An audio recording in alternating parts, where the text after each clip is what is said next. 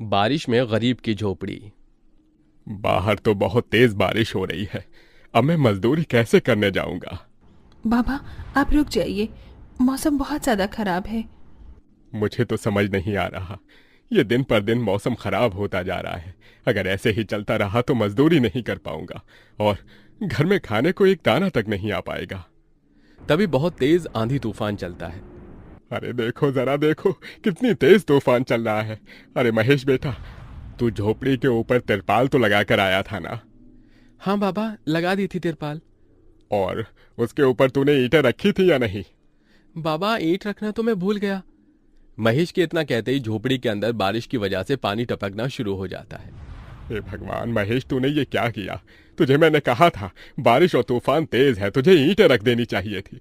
मुझे लग रहा है कि तिरपाल उड़ गई। चल चल मेरे साथ चल।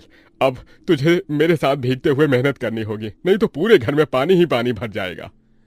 देवेश इतना बोल ही रहा था कि घर के अंदर वाकई छत से पानी टपकने लगा। हाँ पिताजी, आप सही कह रहे हो, चलो चलते हैं जल्दी से। दोनों बाप बेटा बारिश में बाहर निकलते हैं और झोपड़ी की छत पर तिरपाल को सही से लगाना शुरू कर देते हैं। अरे बेटा, ईंट को अच्छे से रखना, कहीं ईंट गिर न जाए। ठीक है पिताजी, सही सही रखूंगा। महेश इतना कहकर अच्छे से ईंट से तिरपाल को दबाने लगता है, जिससे छत ढक जाती है और झोपड़ी में पानी टपकना बंद हो जाता है। लेकिन इसी के चलते हुए बेचारे दोनों के दोनों बहुत बुरी तरह भीग जाते हैं। अरे चलो बेटा, बहुत ठंड हो रही है, बाहर घर में चलते हैं। चलो, बरसात में मौसम बिल्कुल ठंडा हो गया है। हाँ पिताजी, आपने बिल्कुल सही कहा, चलिए। जब दोनों बाप बेटा घर के अंदर आ जाते हैं तो मेघा उन्हें सूखा कपड़ा देती है और अपना शरीर पोंछने के लिए कहती है। आप लोग अपना शरीर पोंछ लो और सूखे कपड़े पहन लो, नहीं तो ठंड लग सकती है। मेघा के दिए हुए कपड़े दोनों पहन लेते हैं। तभी बीमार शकुंतला बिस्तर पर पड़ी हुई मेघा से कहती है। अरे बेटी, तूने खाने के लिए कुछ बनाया नहीं? माँ, मैं बारिश के रुकने का इंतजार कर रही हूँ। घर के अंदर खाना कैसे बनाऊंगी? सारे में धुआं ही धुआं हो जाएगा। मेरी दवाई का समय हो गया है और मुझे भूख भी लग रही है। ठीक है माँ, मैं कुछ करती हूँ। मेघा अपने सिर पर एक सफेद कट्टा रखकर बारिश से बचते हुए बाहर से कुछ ईंटें लाकर घर के अंदर ही छोटा सा चूल्हा बना लेती है और उसी पर खाना बनाना शुरू करती है। अरे बेटी, पूरे घर में धुआं ही धुआं हो गया है। पिताजी, खाना बनाना भी तो बहुत जरूरी था। मेघा जैसे तैसे करके जल्दी जल्दी खाना बना लेती है। वो खाने में नमक मिर्च वाले चावल ही बना पाती है। माँ, माँ उठो, ये लोग खाना खा लो। शकुंतला मेघा के हाथों से खाना खाती है। शकुंतला के पूरे शरीर को पैरालाइज हुआ था, जिसके कारण ना तो वो हिल सकती थी और ना ही वो उठ सकती थी। मेरी प्यारी बेटी, इतनी कम उम्र में तेरे ऊपर कितनी जिम्मेदारी आ गई। हम गरीबों का कुछ नहीं हो सकता है। इस गरीब झोपड़ी के अंदर हम कैसे कैसे दिन देखते हैं। कोई बात नहीं माँ, बच्चे समय के अनुसार बड़े होते हैं, लेकिन मैं समय से पहले बड़ी हो गई हूँ। आपको तो खुश होना चाहिए।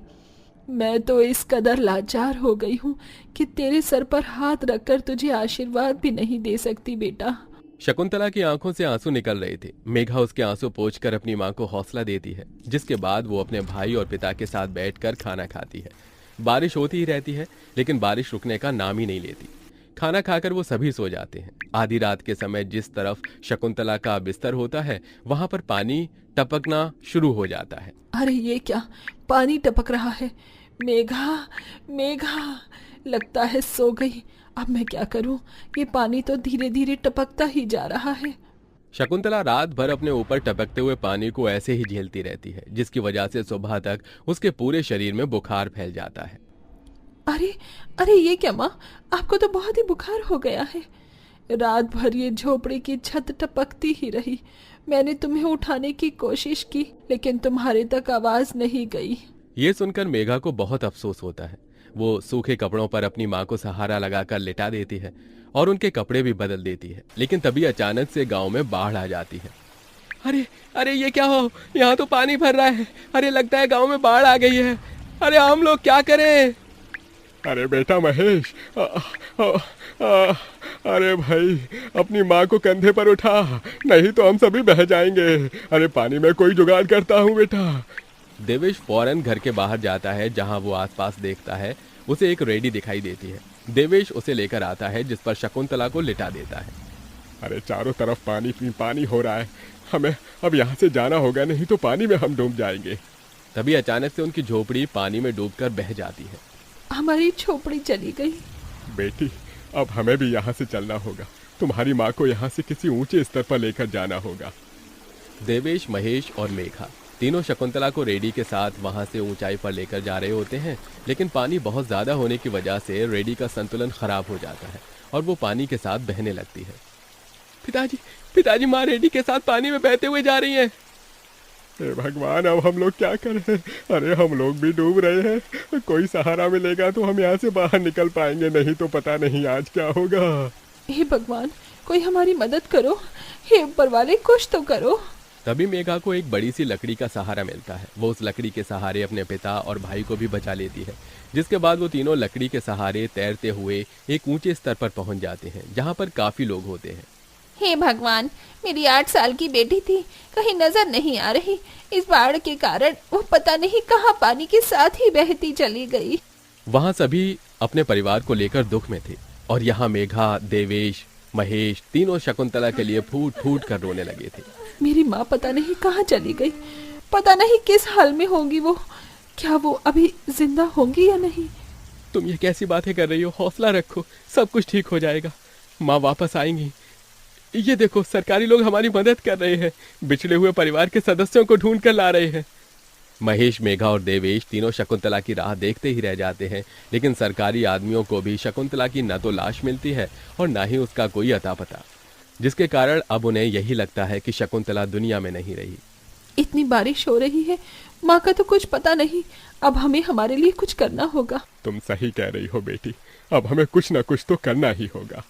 देवेश और महेश दोनों बाप बेटे जंगल से लकड़ियां इकट्ठी करके वहां झोपड़ी बनाने की कोशिश करते हैं, लेकिन बार बार बारिश के पानी की वजह से उनकी झोपड़ी बन ही नहीं पाती। बारिश बहुत जोरों से हो रही है, मैं यहाँ वहाँ से पन्नियाँ इकट्ठी करती हूँ। मेघा पन्नियां इकट्ठा करती है और उन्हें जोड़कर तैयार करती है, जिसे वो अपने पिता और भाई के ऊपर रखकर उन्हें बारिश से बचाने की कोशिश करती है।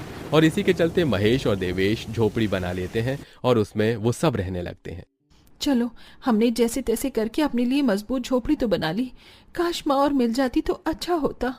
मेघा अफसोस करते हुए रो रही थी कि तभी उसे झोपड़ी के बाहर से अपनी माँ की आवाज आती है। मेघा, महेश, कहाँ हो तुम दोनों? मेरे बच्चों, कहाँ हो तुम दोनों? मेघा, ये तो माँ की आवाज है। मेघा जैसे ही झोपड़ी के बाहर आती है, वो बारिश में भीगते हुए अपनी माँ को खुद अपने पैरों पर चलकर आते हुए देखती है। माँ, अब चल सकती हो, आप हिल सकती हो, अब खड़ी हो सकती हो। ये सब कैसे हुआ? ये तो एक चमत्कार है। बहते बहते पता नहीं मैं कहाँ पहुँच गई थी और बेहोश हो गई थी। जब होश आया तो हाथ पैर अपने आप काम करने लगे थे। फिर तुम्हें ढूंढते हुए यहाँ तक आ गई। ये भगवान का चमत्कार ही था। हमारी झोपड़ी भी टूट गई। भैया और पिताजी ने दोबारा झोपड़ी बनाई है और इस बार बहुत मजबूत झोपड़ी है। एक बूंद भी नहीं आ रहा अपनी झोपड़ी के अंदर। माँ, चलो हम सब एक साथ पहले की तरह रहेंगे। शकुंतला को सही सलामत देखकर महेश और देवेश दोनों बहुत खुश होते हैं। वो सभी एक दूसरे को गले से लगा लेते हैं। इस तरह बारिश में भी गरीब की झोपड़ी उनके काम आती है और वो उसी में अपना गुजारा करते हैं। बरसात खत्म होने के बाद महेश और देवेश दोनों मिलकर काम करते हैं और पैसे जोड़कर अपने लिए पक्का मकान बना लेते हैं, जिसके चलते अब शकुंतला भी अमीर घर की कोठियों में काम करके कुछ पैसे जोड़ती है और धीरे धीरे घर की परेशानियों को खत्म कर देती है। अब वो सभी एक साथ खुशी खुशी रहने लगते हैं।